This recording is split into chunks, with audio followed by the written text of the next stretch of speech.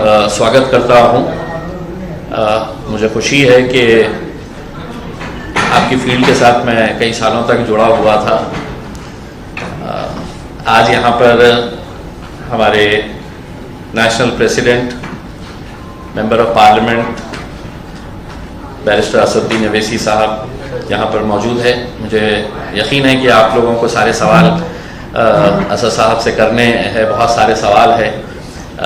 शुरुआत में मैं सिर्फ इतना कहना चाहता हूँ, जो दो बातों की जिम्मेदारी असद साहब ने मुझे दी है। एक तो ये बता दें कि आज की जो नेशनल कॉन्फ्रेंस हम ऑर्गेनाइज करने जा रहे हैं, ये फर्स्ट नेशनल कॉन्फ्रेंस है AIMIM पार्टी की, और इसमें तकरीबन 16 राज्यों के हमारे पदाधिकारी, हमारे स्टेट प्रेसिडेंट्स, हमारे पूरे MLAs, MPs, MLCs, ये सब यहाँ पर आए हुए हैं।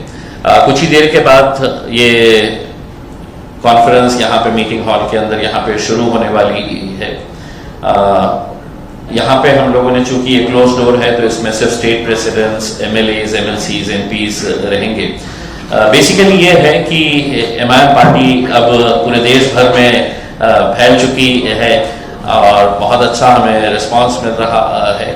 तो तमाम स्टेट प्रेसिडेंट्स को हम बुला के, MLAs को बुलाकर अपने अपने राज्यों की रिपोर्ट क्या है, इश्यूज क्या है, हम कैसे कर सकते हैं, ऑर्गेनाइजेशन सेटअप और कैसा मजबूत कर सकते हैं, तो एक कलेक्टिवली जो देश का जो माहौल है उसके ऊपर भी चर्चा करने के लिए यहाँ पर सभी इकट्ठा हुए हैं। तो this is the basic purpose of this national conference.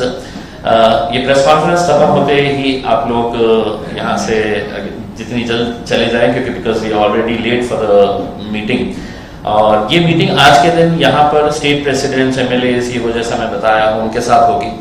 कल दूसरी मीटिंग हमारी चेंबूर में है, ओमेगा बैंक्वेट के अंदर। वहाँ पर तकरीबन हमारे 1000 to 1200 हमारे जितने भी ऑफिस बेयरर्स हैं पूरे देश भर के। ऑफिस बेयरर्स मतलब डिस्ट्रिक्ट प्रेसिडेंट्स है, सिटी प्रेसिडेंट्स है, यूथ विंग है, वुमेन्स विंग है, हमारे कॉर्पोरेटर्स हैं, जिला परिषद के सदस्य है, नगर पंचायत के सदस्य है, ये देश भर से आए हुए हैं। तो ये एंट्री भी बड़ी रिस्ट्रिक्टेड हमने किए है, because everybody wanted to come, सब जने आना चाहते थे उसमें, लेकिन हमने आई कार्ड दिया हुआ है। तो क्योंकि हम इसके ऊपर एक गंभीर चर्चा करना चाहते हैं। साइमल्टेनियसली हमारी सोशल मीडिया की टीम जो है, वो सोशल मीडिया की टीम का हमारे पास एक वर्कशॉप साइमल्टेनियसली चलेगा। इस मीटिंग के अंदर है तो हमारा ऑर्गेनाइजेशन सेटअप को कैसे मजबूत किया जा सकता है, इसके ऊपर एक वर्कशॉप रहेगा। So these are basically the issues जिसकी वजह से हम यहाँ पर इकट्ठा हुए हैं। तो थैंक यू वेरी मच। अब आप लोगों के जो भी, हाँ, दूसरा मुझसे ये है, यकीनन आप लोग ये सवाल करेंगे और उसका जवाब मेरा देना जरूरी इस वजह से है कि मैं उस क्षेत्र से आता हूँ जहाँ पर सरकार ने कल एक नई छेड़ कर दी है कि हम औरंगाबाद शहर का नाम बदल दिए है करके। हमने हमेशा से ही इस तरह की जो सरकार की कोशिशें रह रही है कि किसी सड़क का नाम बदल दो, किसी बगीचे का नाम बदल दो, किसी रेलवे स्टेशन का, एयरपोर्ट का नाम बदल दो, शहरों के नाम बदल दो। देखिए, मुद्दों का हमने पहले से ही विरोध किया है और इसलिए किया है कि इतिहास अच्छा हो सकता है, इतिहास बुरा हो सकता है। आप इतिहास के पन्नों को किताबों से फाड़ सकते हैं, आप अपने बोर्ड को वहां से हटाकर अपना बोर्ड लगा सकते हैं, लेकिन इतिहास इतिहास है। औरंगाबाद शहर एक तारीखी शहर है, एक हिस्टोरिकल, वर्ल्ड ओवर एक इम्पॉर्टेंट शहर है। पूरी दुनिया के अंदर, पूरे वर्ल्ड में अगर 2 वर्ल्ड हेरिटेज मॉन्यूमेंट्स कहीं पर है तो वो हमारे औरंगाबाद के अंदर है। आप कितना कन्वीनियंटली तो शहर का नाम बदल देते हैं, उसका रिपरकशंस, उसका इम्पैक्ट क्या होने वाला है, फाइनेंशियल इम्प्लीकेशन कितना होने वाला है। जो हमारे स्टूडेंट्स हजारों की संख्या के अंदर बाहर पढ़ने के लिए गए हैं, उनको अब कितनी दिक्कतों का सामना करना पड़ेगा, सारे डॉक्यूमेंट चेंज करने पड़ते हैं। तो ये सब चीजों को देखते हुए हम इसका विरोध पहले से भी करते आए हैं। हमने तो औरंगाबाद के अंदर एक भव्य मोर्चा भी निकाला था, and people from all cast, religion, सभी लोग उस मोर्चे के अंदर शामिल हुए थे, जिन्होंने ये कहा था कि नहीं, हमको औरंगाबाद शहर का नाम ही रखना है करके।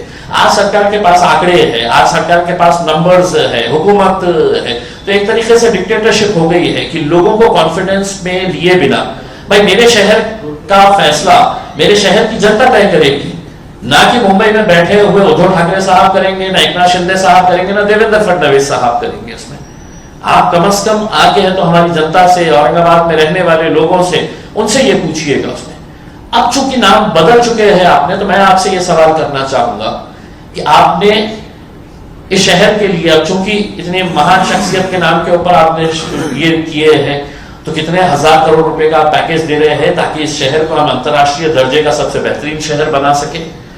मेरा ये सवाल सरकार से ये है कि अब चूंकि नाम बदलने का आपने फैसला ले ही लिया है, तो क्या जिस शहर के अंदर 8-8 दिन के बाद आज भी पानी मिलता है, वहां पर कल से हर रोज पानी मिलने वाला है? इसका जवाब दे दे देवेंद्र फडणवीस साहब।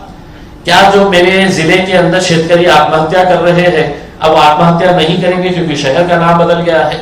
क्या मेरे शहर के जो बेरोजगार है, जो नौकरियों की तलाश के अंदर है, क्या उन्हें अब नौकरियां मिलने वाली है? इसका जवाब एकनाथ शिंदे साहब, उद्धव साहब दे दे करके।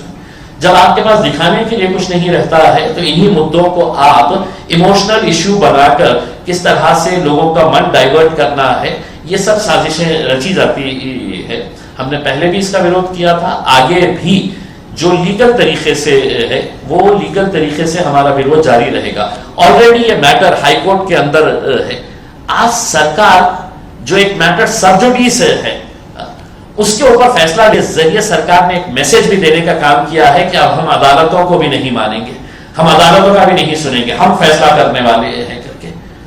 वरना ये मैटर जब तक अदालत इसके ऊपर फैसला नहीं सुनाती, तो सरकार को कोई ऐसी जल्दबाजी नहीं थी कि करने के लिए, लेकिन इसके जरिए सरकार ने एक मैसेज भी देने का काम किया है कि हम सुप्रीम है, हम फैसला करेंगे, हम अदालतों को भी नहीं गिनने वाले हैं करके। So this is very unfortunate, we condemn this. Basically देखिए, ये जो मुद्दा है, इसके अंदर आपसी जो लड़ाई है, पहले है तो उद्धव साहब की जब सरकार थी कांग्रेस और एनसीपी के साथ में, तब उन्होंने है तो कैबिनेट के अंदर डिसीजन ले लिया बाहर निकल कर आके, और उस कैबिनेट के अंदर जब डिसीजन लिया गया है तो इक्वली गुनहगार जो थे वो सो कॉल्ड सेक्युलर पार्टीज अपने को कहने वाली कांग्रेस और एनसीपी भी उसके अंदर शामिल थी कैबिनेट के अंदर जब ये फैसला लिया गया था।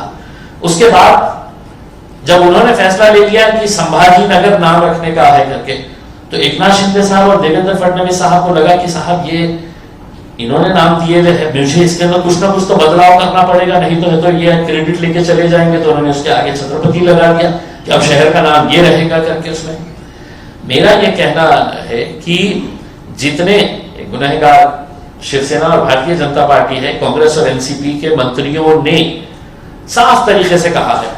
मैं आपको एनसीपी की शरद पवार साहब की जो मोहतरमा बेटी है, उन्होंने कुछ दिन पहले फ्लाइट में जा रहे थे तो उन्होंने है तो ट्विटर के ऊपर ये डाला था कि मैं संभाजी नगर से उड़ रही हूं करके। उसमें तो यानी कि आपका ये है कि कम से कम लोगों की भावना को आप समझते कि लोग क्या चाहते हैं करके, लेकिन आपकी राजनीति की वजह से आप ये जो फैसले कर रही है, मैं कड़ी निंदा करता हूं ये तमाम राजनीतिक पार्टियों की, कांग्रेस की, एनसीपी की, और मैं चाहूंगा कि उनके लीडर्स, जितने भी बड़े बड़े लीडर्स हैं, उन्होंने साफ शब्दों के अंदर ये कहना चाहिए, चाहे वो शरद पवार साहब हो, सुप्रिया सुले मैडम हो, अजित पवार दादा हो, कि अब ये फैसला लिया गया है तो हम इसका स्वागत करते हैं, इसका विरोध करते हैं।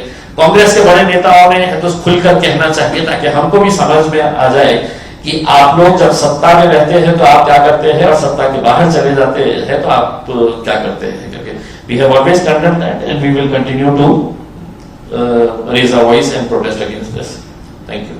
सर एक प्रश्न होता तुम्हाला, जेव्हा एकनाथ शिंदे बाहेर पडले तेव्हा उद्धव ठाकरे यांनी देवेंद्र फडणवीसांना फोन केला होता की तुम्ही आता मुख्यमंत्री बना, पण फडणवीसांनी सांगितले की आता ती वेळ निघून गेलेली आहे। त्यांच्या जे भांडण आहे, त्यांच्या भांडणामध्ये मी कशाला उडी मारू? माझ्यासाठी तर चांगलं आहे। माझी तर प्रार्थना असणार आहे की हे जो 2 गट झालेले आहे शिवसेनेचे, त्या 2 गटाच्या ऐवजी 3 गट होऊ द्या, 4 गट होऊ द्या, तुम्ही भांडत राहा, पण हे एक नक्की आपल्याला सांगतो की या भांडणामध्ये जे मराठी माणसाला मागे टाकण्याचा जे प्रयत्न भारतीय जनता पार्टीने केलेला आहे, एकनाथ शिंदे साहेबांना असं वाटत असेल मी मुख्यमंत्री आहे, नाही साहेब, तुमचा रिमोट कंट्रोल देवेंद्र फडणवीसांच्या हातात आहे, अमित शहाच्या हातात आहे. तुम्ही एक मेसेज दिलेला आहे की आम्हाला मराठी माणसाची काही देणं घेणं नाही आहे.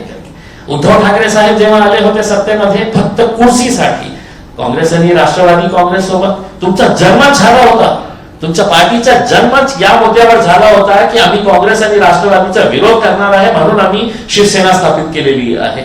फक्त कुर्सीसाठी तुम्ही केलं. आणि आता एकनाथ शिंदे साहेब जे करत आहे ते मराठी माणसांच्या डोक्यावर गुजराती लोकांना कशा आणून तुम्ही बसवलेले आहे हे मराठी लोक कधी तुम्हाला माफ करणार नाही.